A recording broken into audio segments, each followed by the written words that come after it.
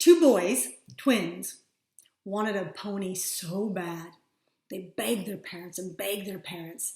Every day they would ask their parents for a pony, and they just swore. They knew that come Christmas morning there'd be a pony in their living room. So at the break of dawn, they both leapt out of bed and they ran downstairs. They get down in the living room and it is full of manure. Just can't even see the Christmas tree. One of the boys drops to the floor, starts crying, just starts kicking and hitting the floor, and just said, I knew he wouldn't get that pony. He's just pissed, crying, blubbering, snot coming out of his nose. He looks over at his brother. His brother's in there. He's got a shovel. And he's in there digging away. And he's got this look of excitement like, oh boy. Brother looks at him and says, what are you doing? Why are you digging?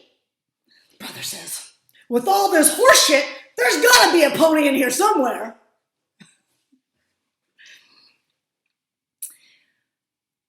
Which twin are you? Are you the twin that just knows you're not going to get what you want, knows that someone's going to hurt you, knows that it's going to be bad? Are you that twin that figures it's got to be good somehow, some way? I'm just going to get busy figuring it out. I'm just going to get busy making it happen. There are only two types of people in this world. When you look at the venom and the vitriol, the division in society that has been prevalent since the beginning of time when Cain killed Abel, humans are divisive. Humans distrust. Humans have a negative bent. It's a survival instinct. We survived when we were hunter-gatherers, when we were in scarcity situations, because we first made the assumption, is this thing going to hurt me, eat me, do something bad to me? That's how you protect yourself. That's how you survive. God, however, gives us the opportunity to go beyond survival, to rise above the animalistic realities and actually become human and to actually thrive in a world of abundance. If you live in the United States of America, you live in an unprecedented time. In all of human history, the numbers of people, the millions of people, actually all of the United States citizens, even our poor, live greater than all the kings of past times. We don't know this because we get so comfortable in our wealth. We are an incredibly wealthy people. Everybody in the United States, everybody has access to clean water. Everybody has access to food, plentiful food sources.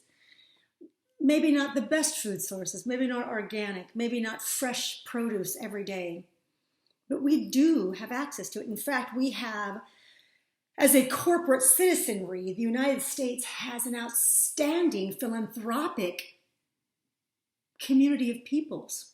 So while the government, our tax dollars maybe aren't supplying the food, people who are charitable minded supply that in their communities. It is very, very difficult to not have food and shelter, showers in the United States of America. It is almost an effort not to get access to those things.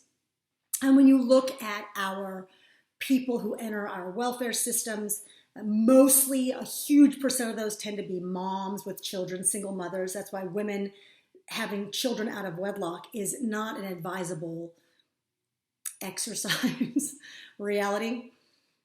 The large majority of people in our welfare systems are in there for a very short period of time.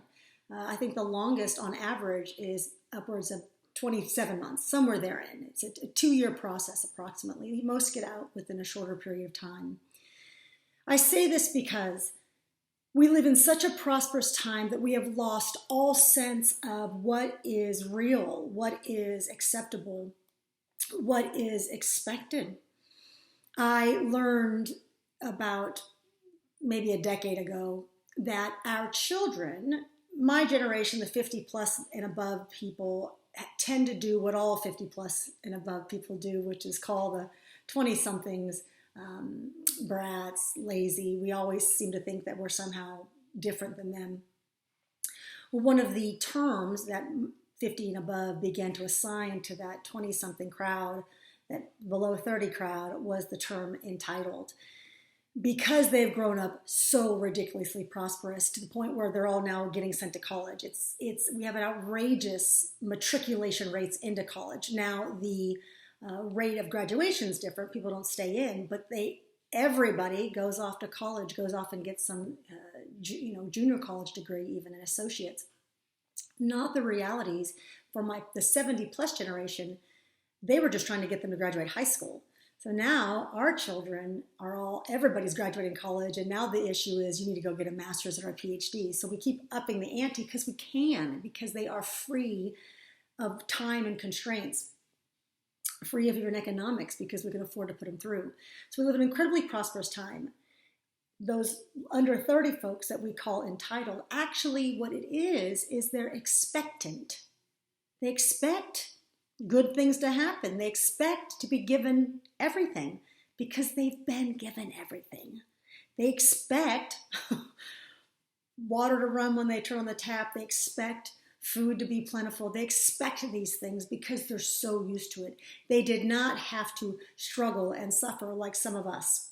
That struggling and suffering is a very, very, very small percentage of people. Even, again, our poor, our lower income, they all have cell phones, they all have new shoes, they all have, again, heat and AC. They live in nice environments. I didn't grow up with AC.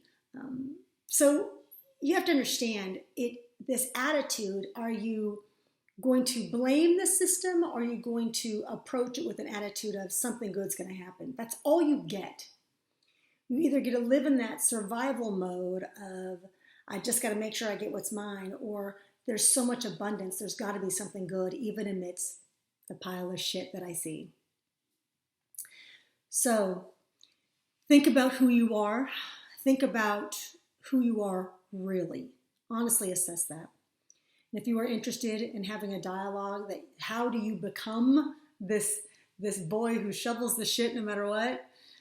How do you remove yourself from the survival mindset to a thrive mindset, to the abundance, to the always never-ending hope and truth, and you can live in that space instantly. Either you throw yourself to the ground, the first reaction, or you start digging with joy. You can move out of survival, out of surviving into thriving. It's possible. If you want to know how that's possible, I'm here to help you. My name is Cassandra Vitaka Mitchell. I am a speaker, an author, a coach, and I help people of all ages and stages walk through their excellence in their career, their excellence in their finances, their excellence in their relationships, their excellence with their God. I hope this was helpful. Shalom.